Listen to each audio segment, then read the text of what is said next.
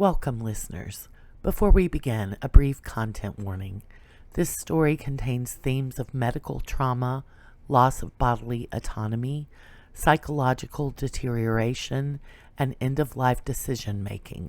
There are no graphic depictions of violence, but the subject matter may be distressing for some listeners. Listener discretion is advised. They said the infection spared the healthy. They were wrong. When the outbreak began, it didn't announce itself with chaos or collapse.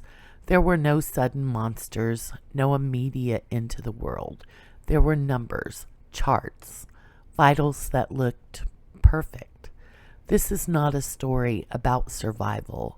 It's a story about what happens when the body refuses to stop, and the moment a person becomes something that can still speak but no longer listen. And now, the record begins here. Still Responsive by NoSleep Scribe. They said the infection spared the healthy. They were wrong. This is what happened when the body refused to stop.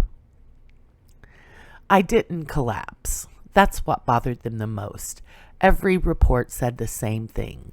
Sudden onset, rapid deterioration, loss of motor control. But my body didn't fail. It improved. My heart rate dropped below resting. My muscles stopped accumulating fatigue. My lungs pulled oxygen like they were starving for it.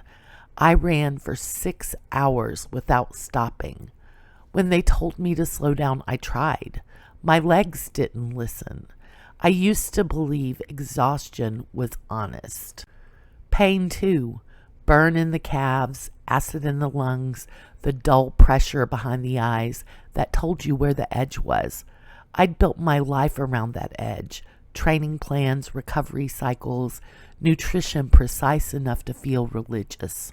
I knew exactly what my body could do, which is why I knew almost immediately that something had gone wrong. It started small, a rest day that didn't take. I woke up alert, wired, heart ticking too steadily. My watch congratulated me for recovery I hadn't earned. HRV through the roof. Oxygen saturation ideal. I laughed it off. Everyone was tense back then. The news was still using words like wave and curve, still pretending the first deaths were the whole story. The immunocompromised died quickly, cleanly, the doctor said, as if there was a clean way to go. I donated blood the week after my neighbor's funeral, passed every screening. The nurse smiled at my numbers and told me to keep doing whatever I was doing. I did. That was the mistake. On day 4, I doubled my mileage without realizing it. On day 6, I forgot what soreness felt like. On day 8, I ran through the night because stopping felt illogical. Not painful, just wrong. When the cramps came, they weren't cramps. They were instructions. Muscle fibers contracting in perfect sequence, over and over, like they'd found a better rhythm and didn't need me anymore. I sat on the curb outside my apartment at sunrise, sweat cooling on my skin, pulse steady as a metronome. I waited to feel tired. I didn't. That was when I called Teresa. She answered on the second ring, voice already pitched low and careful, the way it got when she was switching into work mode. "Cole," she said, "you sound out of breath." "I'm not," I told her. "That's the problem." There was a pause, not long but deliberate. "Where are you?" she asked. I told her. She didn't ask why I'd been running since midnight. She didn't tell me to lie down. She didn't say, "You're probably fine," which is how I knew she was scared. "I'm coming over," she said. "Don't move." "I don't think that's an option," I said. Another pause, longer this time. "Okay," Teresa said carefully, "then don't push." "I'm not," I said. My legs twitched, eager.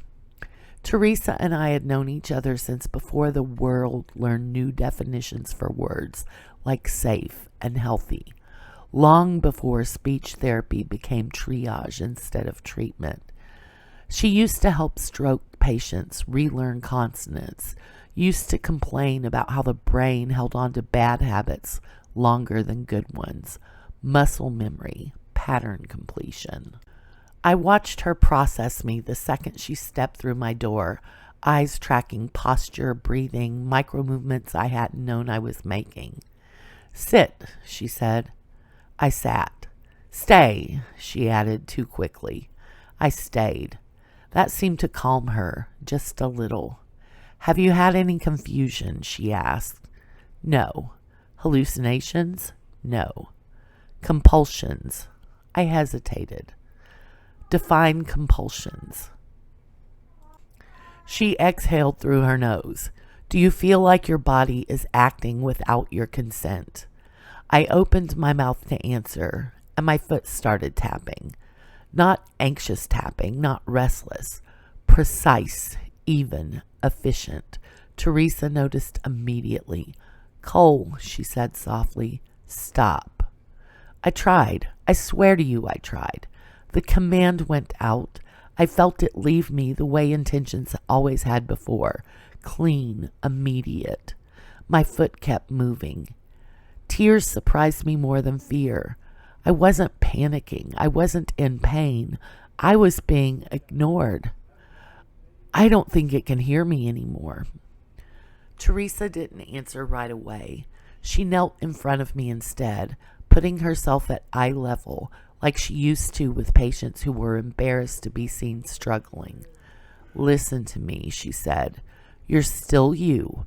Whatever this is, it hasn't taken that." "My watch thinks I'm having the best week of my life," I said. "It keeps telling me to push harder." She reached for my wrist, fingers light, professional. My pulse was flawless, too flawless. "I need you to trust me," Teresa said. "We're going to the clinic." "I can't stop moving," I told her. "That's okay," she said, lying gently. "We'll work around it." She didn't say yet. She didn't say for now. She helped me up. My body surged forward too fast, momentum snapping tight through tendons that refused to stretch. Teresa flinched. I saw the moment it clicked for her. Not fear yet, but recognition, pattern before meaning, function before thought. As we moved towards the door, my muscles humming with readiness, I realized something else, something colder. The infection hadn't spared me because I was strong. It had chosen me because I was efficient, and it wasn't finished optimizing. You learn quickly in my line of work that language doesn't disappear all at once. It erodes. It frays at the edges first. Prosody flattening, word choice narrowing, meaning thinning until sentences become containers without contents. People assume silence is the first sign of loss. It isn't. It's compliance. Cole was still talking when we restrained him. That mattered more than it should have. I chose the clinic because it was small. Private practice, 2 therapy rooms, 1 outdated observation suite left over from a grant that never renewed. No ER, no trauma bay, no alarms loud enough to bring a crowd. I told myself I was being practical. I told myself a lot of things. By the time we arrived, Cole's gait had changed. His stride was longer, smoother, less corrective, fewer wasted adjustments. His body moved like it had finally stopped negotiating with gravity. He didn't resist when I guided him inside. That was the first mistake. People expect restraint to be a fight. They imagine thrashing, shouting, fear. But restraint only becomes necessary when cooperation stops being voluntary. "Teresa," Cole said as I closed the door behind us, "you're breathing fast." "I'm fine," I said. You're not, he replied gently. Your cadence is irregular. I didn't answer. I gestured towards the observation room. In here. He went without hesitation. The room wasn't designed for this.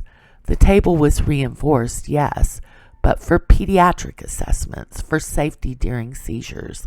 The restraints were rated conservatively. I checked them anyway, twice. Can you tell me what year it is? I asked. Same as when we parked, Cole said. Where are we? Your clinic. Why are you here? He smiled at me. That smile will follow me longer than anything else. Because I'm improving, he said. The monitors came online first. Heart rate, oxygen saturation, muscle activity, all perfect. Impossible, really. His heart rate variability suggested deep rest. His muscles fired with textbook efficiency. No tremors, no fatigue markers, no distress. I could have shown his data to a room full of specialists and watched them argue themselves into denial. Cole, I said, keeping my voice level, I'm going to secure your arms now. Okay, he said. I hesitated. Do you understand why? Yes, he said. My body is performing independently. The phrasing was precise, detached. Not I am, my body is. I fastened the first restraint. His skin was warm, too warm. You can stop if you want, he added. I won't struggle. That was the second mistake. I secured the second restraint, then the legs. When I stepped back, Cole flexed experimentally. The table creaked, not from strain, from redistribution. Oh, he said, curious. That's new. My mouth went dry. Don't test it, I said. I wasn't, he replied. I was calibrating. I sat across from him with my clipboard because it gave my hands something to do. Cole, I said, I'm going to ask you some language tasks. Of course, he said. Repeat after me, I said. The rain in Spain falls mainly on the plain. The rain in Spain falls mainly on the plain, he repeated, word for word. Define home. A location associated with safety and recovery, he said. Then, after a beat, and you. I flinched. He noticed. That response was not part of the definition, he added quickly. Would you like me to revise? No, I said, it's fine. It wasn't. His eyes weren't tracking me anymore. They drifted, unfocused, scanning patterns in the air like they were waiting for input. Cole, I said quietly, do you feel like you are in control right now? Yes, he said immediately, then slower.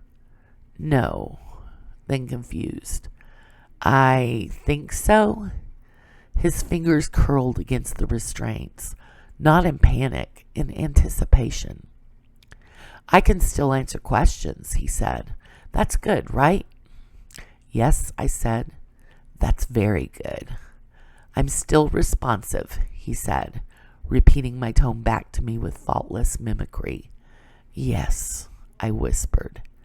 He smiled again, and for the first time, the smile didn't reach his eyes. Teresa, he said, and my name came out practiced, polite, familiar in shape only. If I stop responding appropriately, will you tell me? I swallowed. Yes, I said. Promise? He asked. I didn't answer fast enough. His body surged once, just a test. The restraints held. The table groaned. Cole laughed, not with humor, with delight. Oh, he said softly, it's still working. What is? I asked, even though I already knew. My body, he said. It hasn't finished yet. I backed towards the door. Behind me, the monitors began to climb, not into danger, into optimization. Cole turned his head toward the sound, listening. I don't think I'll need to talk much longer, he said, but I'm glad I got to practice. The last thing he said to me, clearly, kindly, human in all ways that mattered, was this. Please don't let me rehearse hurting you. Language doesn't vanish. It loosens. It becomes unreliable in ways that are almost worse than silence. Words still arrive, but meaning starts slipping between them, like static between stations. You hear the shape of speech before you hear its sense. Cole was still talking when the first markers tripped. Not the biometric alarms, those were useless. His numbers stayed beautiful. His body remained a case study in perfection. It was his timing that broke first. Cole, I said, keeping my voice level, can you tell me how you're feeling right now? He answered immediately. I am feeling right now, he said. I waited. That's it? I asked. He frowned, not in frustration, but concentration, like a machine encountering a malformed input. Yes, he said, that is the answer. I wrote it down anyway. The second failure was prosody. His tone flattened, then sharpened, then flattened again. Emotional contours dissolved. The same sentence could sound reassuring or threatening, depending on where you stood in the room. I trust you, he said, in the same cadence someone might use to read a grocery list. Why? I asked gently. Because historically you have produced positive outcomes, he replied. The word historically landed wrong, too formal, too distant. I felt the shift then, not fear yet, but grief. This wasn't loss, this was replacement. I ran naming tasks. Objects went first. Pen, I said, holding it up. Pen, he repeated. What is it used for? Marking, he said. Marking what? Completion. That answer chilled me more than it should have. The third failure was empathy, not cruelty, absence. I scraped my knuckle on the table, adjusting the monitor. Blood welled bright and fast. Cole's eyes snapped to it instantly. Your skin is compromised, he said. You should address that. I'm fine, I said. You're bleeding, he replied. Bleeding increases risk. I know. I can assist, he said. The restraints strained, not violently, but insistently. No, I said, sharper than I meant to. Stay still. He froze completely. For 3 full seconds, nothing moved, not even his breathing. Then, correction acknowledged, he said. His compliance was faultless. That terrified me. The words I and me disappeared next. They weren't replaced. They were simply skipped. Cole, I said, trying to keep my voice steady, are you afraid? There was a long pause. Fear is a response to perceived threat, he said. No threat detected. That's not what I asked, I said. He tried again. Fear is unnecessary, he said. This process is effective. Do you want me to stay with you? I asked. Another pause. Yes, he said. Relief surged through me, brief, fragile. Why? I asked. Presence improves outcomes, he replied. The relief collapsed. I should have sedated him earlier. I know that now. But part of me, some small, selfish, human part, kept chasing the sound of his voice, hoping language would hold long enough to mean something again. Cole, I said quietly, do you know who I am? He turned his head toward me, his eyes focused, finally, deliberately. Teresa Landers, he said, speech-language pathologist, long-term associate. And before that, I asked. He searched. I could see it. Patterns firing, systems rerouting. Before that, he said slowly, you were relevant. I closed my eyes. The first involuntary vocalization happened an hour later. Not a scream, not a word, a sound. Low, resonant, repetitive. It emerged from him like feedback, throat and chest vibrating in concert, pitch unwavering. I froze. Cole, I said, can you hear me? The sound stopped. His mouth opened. Still responsive, he said. But the words were wrong. The timing was wrong. The phrase had been pulled from memory without understanding, like a recorded message triggered by the wrong input. I stepped back. Cole, I whispered, can you tell me to stop? His mouth moved. No sound came out. Then, quietly, carefully, please don't let me rehearse hurting you. It wasn't a plea, it was a loop. And when his body surged again, harder this time, restraint screaming under the strain, I understood the final unbearable truth. Language wasn't failing because he was losing himself. Language was failing because he no longer needed it. And I was running out of time to decide what to do with the last human thing he had left. There's a moment, shorter than panic, longer than instinct, where the noise inside me thins. Not silence, never silence, but space. I don't know where I am. The room is a concept without edges. My body is doing something systematic and necessary that does not require my approval. That part is fine. What isn't fine is the feeling that something important is being closed without my permission.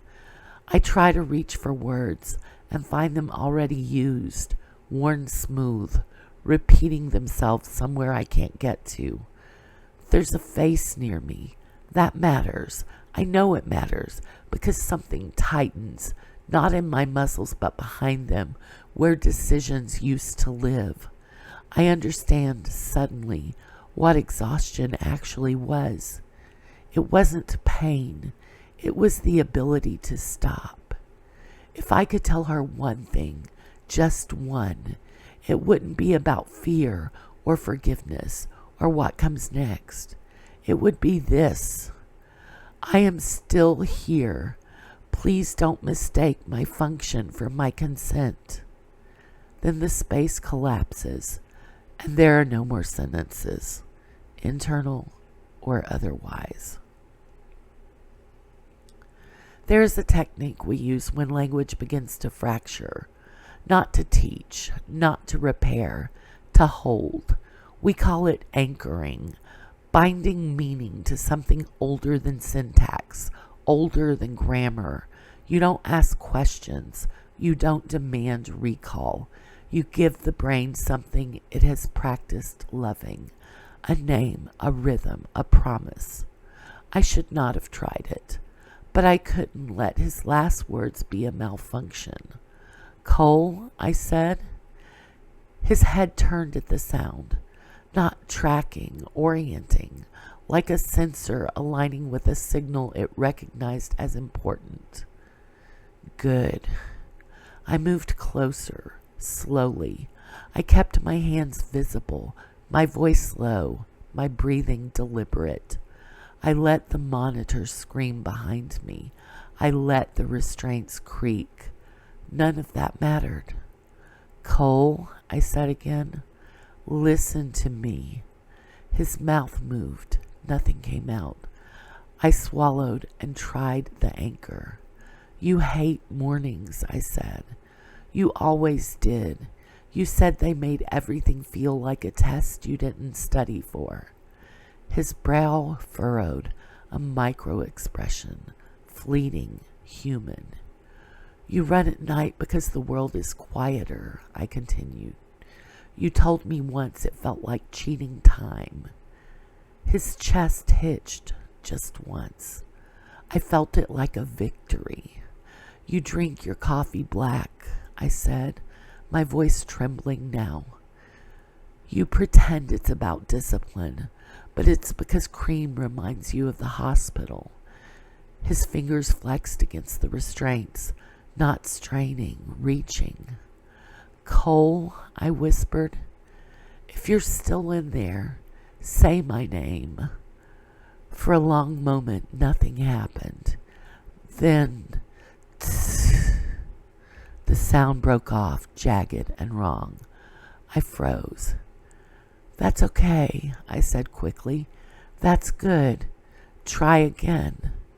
His jaw worked, muscles firing out of order, breath pulled too deep, too fast.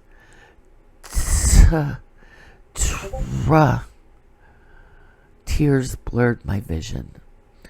Teresa, I said softly. It's Teresa. His mouth opened wider. His throat strained around the shape of the sound. The monitor spiked. Not danger, not distress. Effort. God help me, it was effort. You're doing it, I said. You're doing so well. That was when it failed. Not dramatically, not violently. His eyes went unfocused again. Not away from me, but through me. The reaching stopped. The tension in his face smoothed out, replaced by something serene and terrible. The system recalibrated. Anchor irrelevant, he said. The voice wasn't his anymore. It used his mouth, it borrowed his cadence, but it carried no hesitation. Language regulation reduced, it continued. Alternate outputs preferred. No, I said. Cole, listen to me. His head snapped toward me, fast, too fast. I stepped back instinctively, heart hammering. Please, I said, and hated myself for the word. Just say my name one more time. He tilted his head, evaluating. Then gently, almost kindly. Still responsive, he said. Perfectly pronounced, perfectly empty. The anchor hadn't failed because it was wrong. It had failed because it was no longer necessary. I stood there, shaking, realizing the cruelest truth of all. I hadn't almost saved him. I had almost slowed the process. And whatever was left inside Cole Evans didn't need me to help it let go. It had already decided. They never taught us how to end a conversation forever. There are protocols for escalation, for restraint, for documentation, entire textbooks on how to preserve function. But when language is gone, when meaning has burned itself out and left only behavior, there is no section on how to say goodbye. Only a checkbox labeled outcome. Cole stopped vocalizing an hour after the anchor failed. Not abruptly, gradually. The sounds thinned, stretched too long between attempts, until even repetition lost its effectiveness. His breathing remained steady. His heart never faltered. His body stayed exemplary. That was the problem. He strained against the restraints once, not in anger, not in fear, but in response to stimulus. The table screamed, bolts bowed, the room filled with the smell of hot metal and disinfectant. Containment would not hold him, not for long. I stood in the doorway with my hand on the emergency kit I had never used before. Sedatives, paralytics, doses meant for trauma, not stabilization. If I waited, he would break free. If he broke free, he would hurt someone, not because he wanted to, because his body would decide it was correct. I approached him slowly. He did not look at me. His eyes tracked motion along the ceiling, patterns I could not see. "Cole," I said. No response. I didn't use his name again. Names were anchors. Anchors required something to tie to. I checked the monitors one last time, not because they mattered, but because it felt wrong not to. His vitals glowed green across the board, healthy, alive, empty. I prepared the injection with hands that did not shake until the cap came off. This was the last moment I would be allowed to think of him as my friend. After this, he would become a case. I couldn't let that happen first. "I'm here," I said quietly. "You're not alone." The words were habit, reflex, meaningless now, but I said them anyway. I pressed the needle into his arm. For the first time since I had known him, his body resisted me without organization, not violently, confused. His muscles tightened out of sequence. His breathing stuttered, not from fear, but interference. The monitor screamed for the first time, red, ugly, human. Something inside him noticed. His head turned, his eyes focused, just once. There was no language left, no thought I could reach. But there was awareness, and in that brief, unbearable instant, I saw it. Not consent, but recognition. I stayed with him as the sedative took hold. I spoke, not because he understood, but because I needed the words to exist somewhere.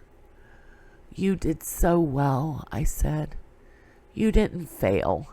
You stopped when you could." His body slackened. The strain on the restraints eased.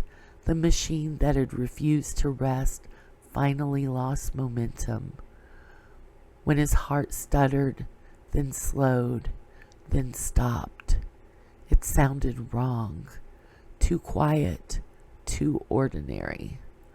I sat on the floor afterwards. I did not cry immediately. I filled out the form instead. Patient status, deceased. Cause, multi-system failures secondary to immune overactivation. Intervention, palliative termination. Language capacity at time of termination, non-functional. I stared at that last line for a long time. Then I crossed it out and wrote, "Language preserved long enough to matter." I locked the clinic when I left.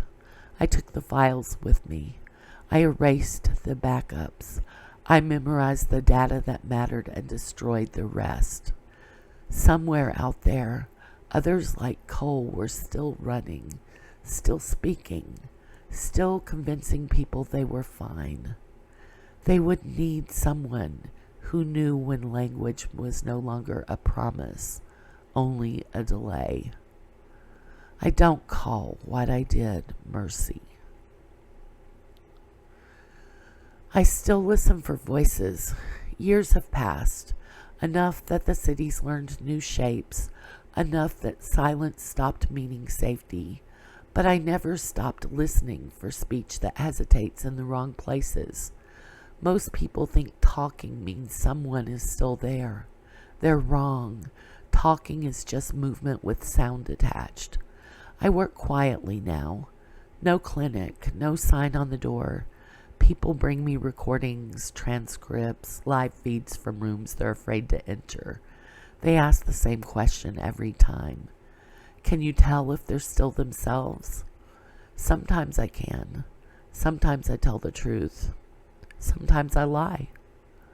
I've learned the difference between a word that means something and a word that's just being reused.